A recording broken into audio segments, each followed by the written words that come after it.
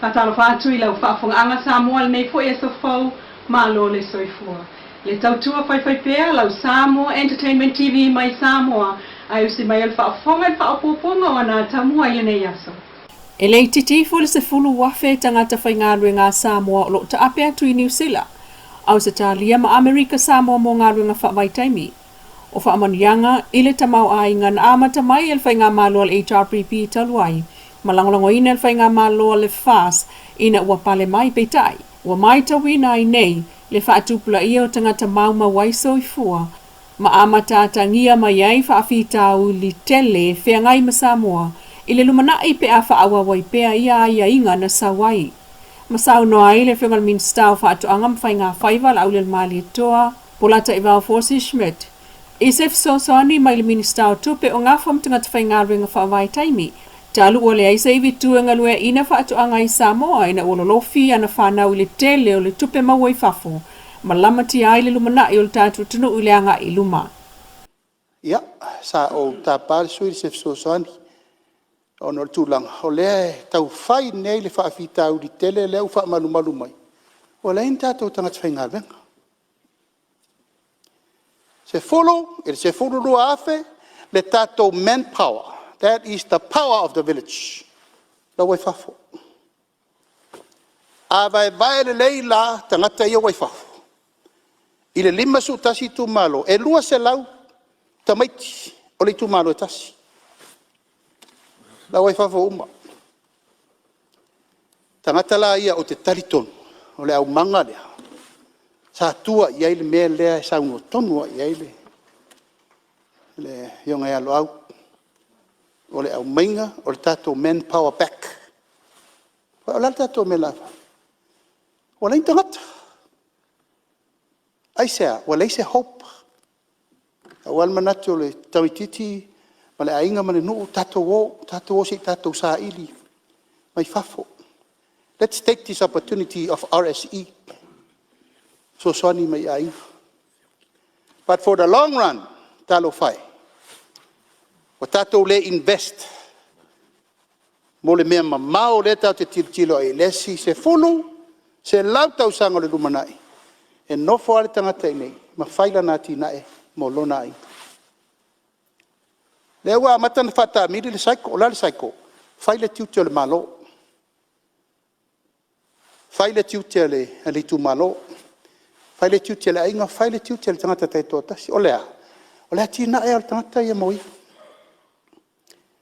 E pangale, ia taunu mai whai ngā malo. Ia, wa li lifa i le mea leo tātou waluai nei.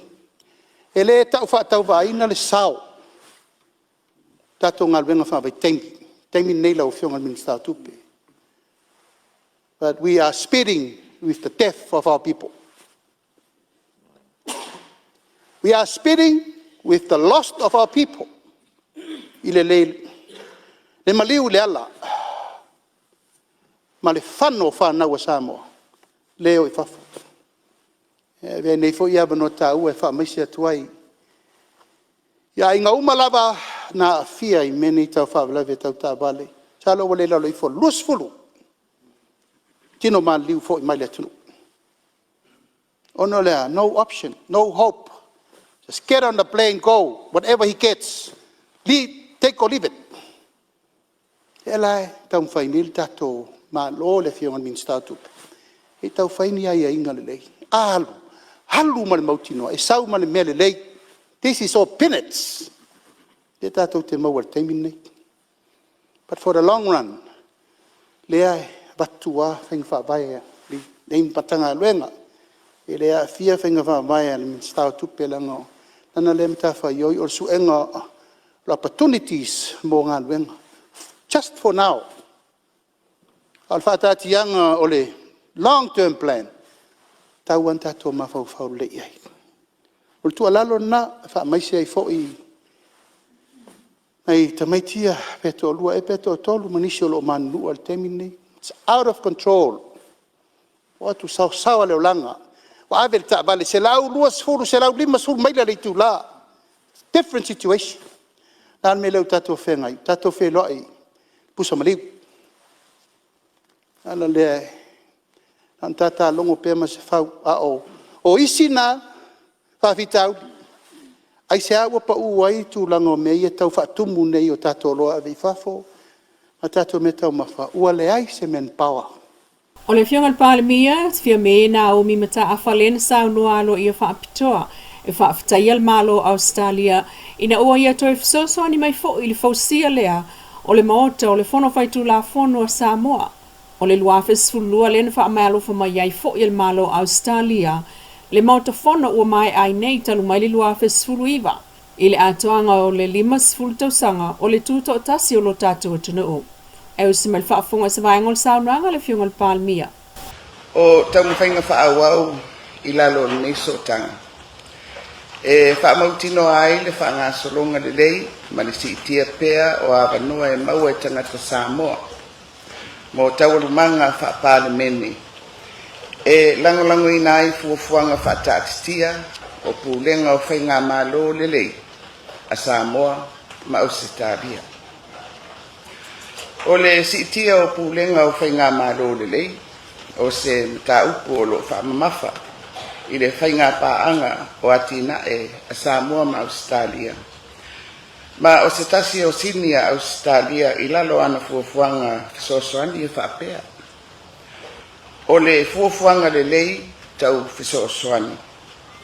O lo o whaamamafa i le tāua, o le sitia, o le langolango, motu langa tau taitainga.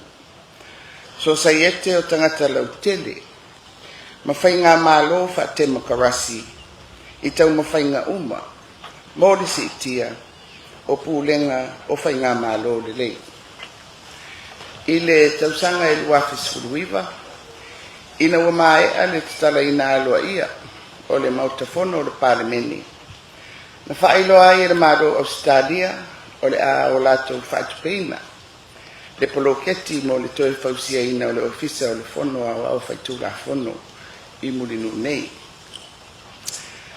O se tūlanga whanga e tia i atea lo tūla i atu ma toe tō manatu. I le tele o le ao ngā ma le tāua o le nei no whanga. I le ati na ina o le tamawa inga o le atunu utalu mai le ono sifulu lua tausanga taruai. I le ano anua e o whaafita uli ma le tau ma mala whale nā tura sa tātou whenga iai. E ui o le nei poloketi, o lo whaatupeina e fua i whainga whaatatia le malo Australia. Ai tau a tele le so tanga wawala lata o le kampania le Alexander and Lloyd, o le waenga o le pulenga o le poloketi, tangata e iai to mai whaapitoa i le whaafuaina o le whausiaina o le ngaruenga.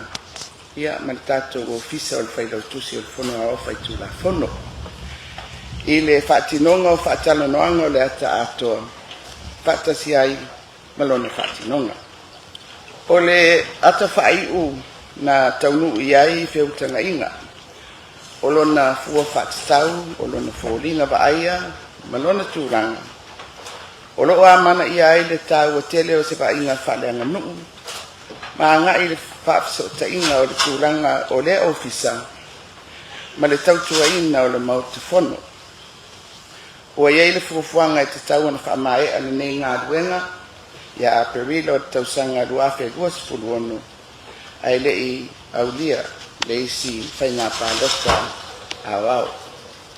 Ua apa sa o lava le company telefoni a le tichi sao le se ilunga le tūlanga o le isi fo i tālonga whaalvao malo i lo tātua tunu le soka. Ma fola mai ai le vai so nei le latu langlangoina leo le Samoa Football Federation's Grassroots Development Program e ale le tichi sao Summer League Tournament lua o lua wha. Pol kalame o atina e ai tālonga soka i le tunu. Matala no ailo na officer Sili Anthony se wealo ia le awano le tichi sao le whapaanga ai ma le sa whawhai toi te pue le tālonga soka mai lava le vai ngai te tau o na pa ua tu iai le grassroots level ai mai se o le au fiai le vai ngō ta mai tia onga mai a onga tūlanga lua peitai. O le vai so nei leo lo whaanga solo isu e ngā siampini a le Under 19 Men's Championship pol au soka li ilalo suliva tau sanga. O le langolango e au fiai mo le Summer League Tournament lua o lua wha e 5 afe tala e au fiai le 2 afe o le tupe ma o loa e so tanga i ta longa soka e 3 afe lona tau. Ua whaamaunia mo lianga o le aweta awale whaatamalo le li o ngafa siona tawa whao o malie wa afua ele maliwo tangata o le whaalawelawe le na tupui vailoa whalea telmasino se te malu o lo whail tai au le sa ina ua kolosi el whaatawi ale awala ai so ai el ta awale le kets e manatu le whaamsino ana mata ala mana ia le aweta awale tu la fono le awala a o isi ta awale ilunga o le awala mtangata whewa i ele tupu lava le whaale tonu peitai. Watu watu le whaamsino Justice Clark lana whaaiunga i se taimi muli ane o le masina nei. Whaftai lau whaafonga le tautua whaiwhai pēa le Samoa Entertainment TV mai Samoa ili nei fo i tula mana tamua. Whaftai fo i le Wendy's design o lo i funga lei mo le ofu matango fie ai whaasoi foia.